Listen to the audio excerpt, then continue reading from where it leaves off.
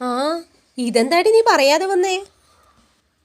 എൻ്റെ വീട്ടിലേക്ക് വരാൻ ഞാൻ ആരുടെയൊക്കെ അനുവാദം ചോദിക്കണം? അമ്മ ഒരു 200 രൂപയെങ്കിൽ തന്നേ. എന്തിനാടി കാശ്? എന്തിനാണെന്ന് അറിഞ്ഞാൽ മാത്രമേ തരത്തുള്ളൂ. എന്നാലും അറിയണ്ടേ? ആ, നീ നിൽക്ക്.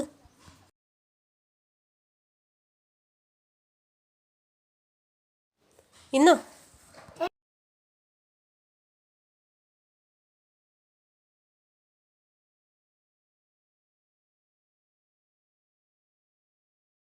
ഞാൻ ഓട്ടോയ്ക്കാണ് വന്നത്. അതെന്നാ, നിന്റെ കാർ എന്തേ? അരുണ് വന്നില്ലേ?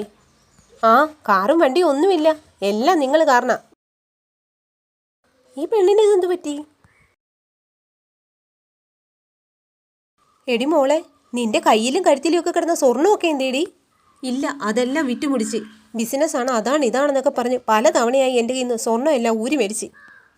ഇപ്പം നോക്ക്, താലിമാല പോലും ഇല്ല. അയ്യോ, അപ്പം ഞാൻ തന്ന 50 പവന് 5 ലക്ഷം രൂപ എല്ലാം തീർന്നു. അയ്യോ, എനിക്ക് ഈ ബന്ധം വേണ്ടെന്ന് അമ്മയോട് ഞാൻ എത്ര തവണ പറഞ്ഞതാ. എന്നിട്ട് ആരെങ്കിലും കേട്ടോ? ആരും കേട്ടില്ല. എങ്ങനെ കേൾക്കും? അപ്പോഴത്തേക്ക് നിന്റെ പ്രേമക്കളി അല്ലായിരുന്നോ? അവൻ്റെ കൂടെ പോകുമെന്നും പറഞ്ഞു ഒറ്റക്കാലിലല്ലേ നീ നിന്നത്? എന്നിട്ടിപ്പോൾ എന്തായി? ഞാനിവിടെ വന്ന് നിൽക്കേണ്ടി വന്നില്ലേ?